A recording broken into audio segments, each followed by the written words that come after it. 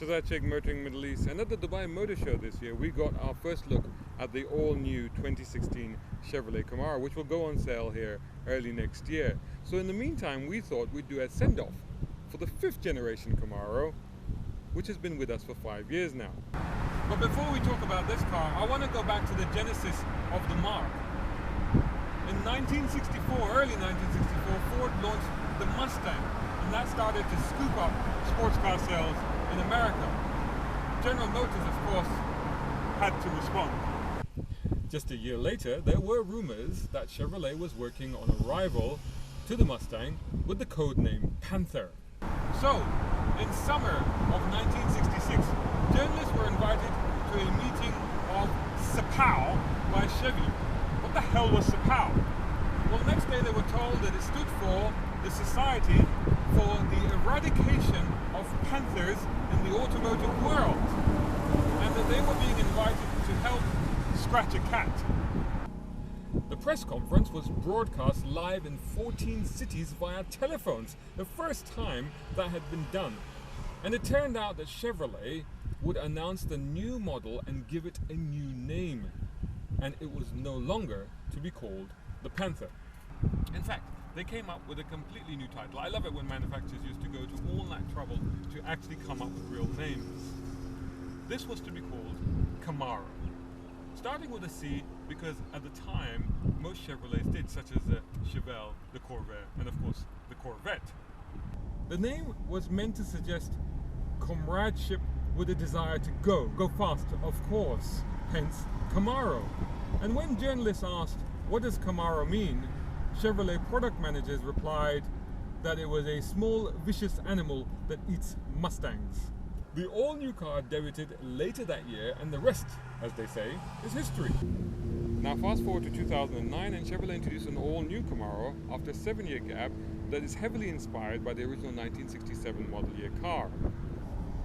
Interestingly, although this is an all-American car, it was actually developed in Australia and is based on the Holden GM Zeta platform that underpins the Lumina SS, and it was designed by South Korean-born Sung-Yup Lee. I love that because it's a wonderful demonstration of how far GM has come as a global company in this time. Of course, it greatly benefited from that because it was and remains a beautiful car, combining the long bonnet and short rear deck of a typical muscle car, but combining it with the smooth curvature and aerodynamics of a modern car.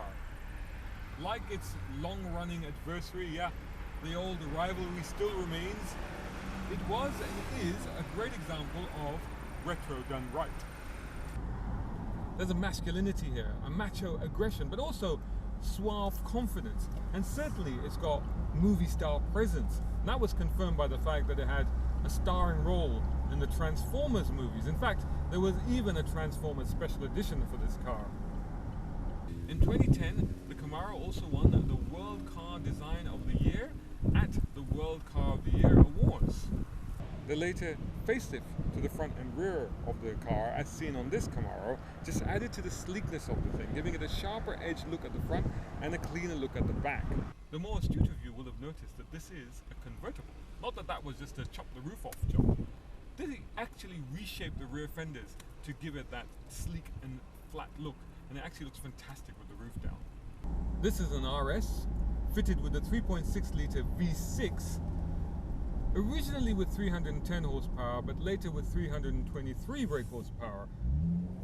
Now, obviously car enthusiasts would go for the V8 in the SS guys, and that came with 400 horsepower, but you got an extra 26 horsepower if you were man enough to go for the manual. Of course, my personal favorite was always the mighty ZL1 edition, introduced in 2012 with 580 brake horsepower from its supercharged 6.2 litre V8, making it the most powerful Camaro ever. Massive power and huge fun to drive. It's been a great run for the 5th generation Camaro. Don't take my word for it. Their average annual sales have been over 85,000 a year, and most of its life it's been consistently the best-selling sports car in America.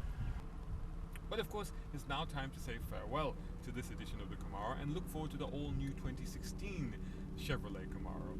Based on the Cadillac ATS, that car is smaller and lighter, but somehow manages to retain the silhouette and style that we become familiar with this car. However, it will of course be more contemporary. Of course, it's got more tech, better interiors, and it comes with, of course, a V8 shoehorned under that bonnet, this time with 455 brake horsepower. The V6 will get 335 brake horsepower, and there'll even be a 2-litre turbo with 274 brake horsepower. There will be a ZL1 edition, and this time it will get the 640 brake horsepower engine from the Cadillac CTS-V. And of course, there will be a convertible. I can't wait to give those cars a try.